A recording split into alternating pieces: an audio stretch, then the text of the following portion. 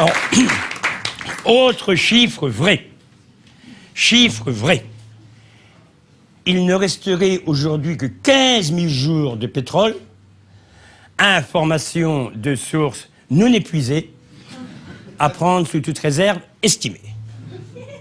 Mais ce qui est absolument certain, c'est qu'à nos futurs arrière-petits-enfants, nous ne laisserons rien, rien et rien. Ils n'auront rien. Rien. Et ces petits ingrats, incapables de reconnaître tout ce que nous aurons fait pour nous, risquent de se monter la tête contre leurs aïeux alors que nous ne sommes même plus là pour nous défendre. Quant aux pays pauvres, où ils risquent de se plaindre aussi, eh bien, ils n'avaient qu'à se développer avant. Donc, le pétrole nous vient donc de plantes et d'animaux, hélas décédés, depuis des centaines et des centaines de millions d'années. Donc, quand votre moteur tousse, c'est peut-être une crasse dans le gicleur, peut-être un minuscule reste fossilisé de gésier ou de rognons de dinosaures. Alors, dans 50 ans, une fois qu'on aura tout pompé, il suffira d'un seul petit milliard d'années à notre planète pour faire un nouveau plein. Donc, contrairement à ce qu'on nous raconte, le pétrole est bel et bien une ressource renouvelable qui se renouvelle tous les 10 millions de siècles. Heureusement, pour remplacer le pétrole, pendant ce petit milliard d'ans, nous avons l'alcool. Et c'est pas en France qu'on risque la panne sèche. Mais c'est quand même curieux. L'on appelle les carburants à base d'alcool les biocarburants, un peu comme si l'on appelait nos ivrognes les bio-hommes. Comme si l'on pouvait dire, hier au bistrot, j'ai pris l'apéro avec Bioman.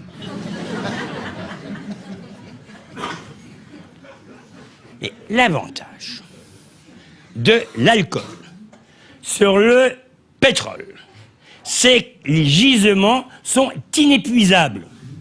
Donc, on picole durable.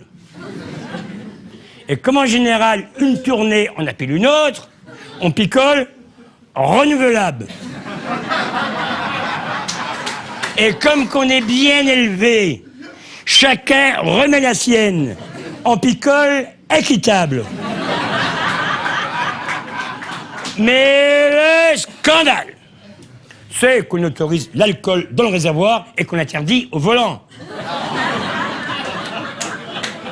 On nous oblige à conduire à jeun des bagnoles bourrées.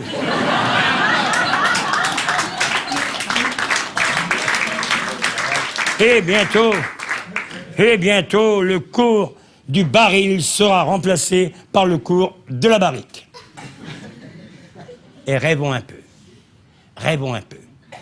D'ici quelques décennies, nos bouilleurs de cru normands, qui ne sont pas des ingrats, pourront affréter des cargos qui, le jour J, affréteront par barge entière des débarquements de fûts de Calvados sur les plages des États-Unis.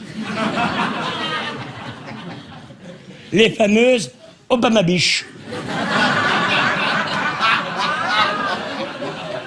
Et les marées noires seront avantageusement remplacées par les marées rouges et les oiseaux mazoutés par des poissons pétés.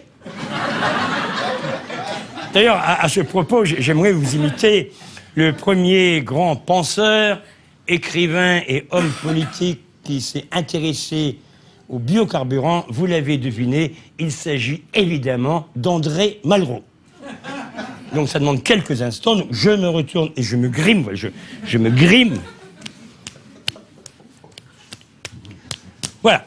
André Malraux, jeune. Le 21e siècle sera spiritueux ou ne sera pas. Voilà, voilà.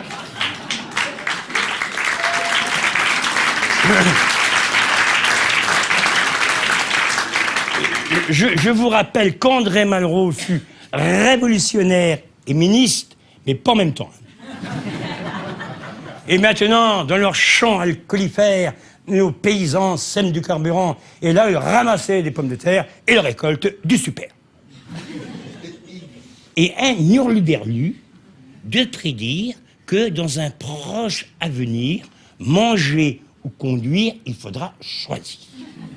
En effet, un plein de 4x4 en biocarburant consomme une quantité de céréales qui pourrait nourrir 2 personnes pendant 1 an. Mais ce que ne dit pas cet hurluberlu, c'est que ce chiffre vrai n'a aucun rapport avec la faim dans le monde, car il est quand même rare de voir à l'avant d'un 4x4 un couple de personnes sous-alimentées.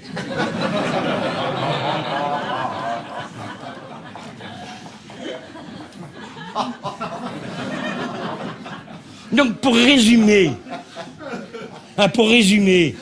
il y a 150 ans, on creusait le premier puits de pétrole. Dans 50 ans, on va sombrer dans l'alcool.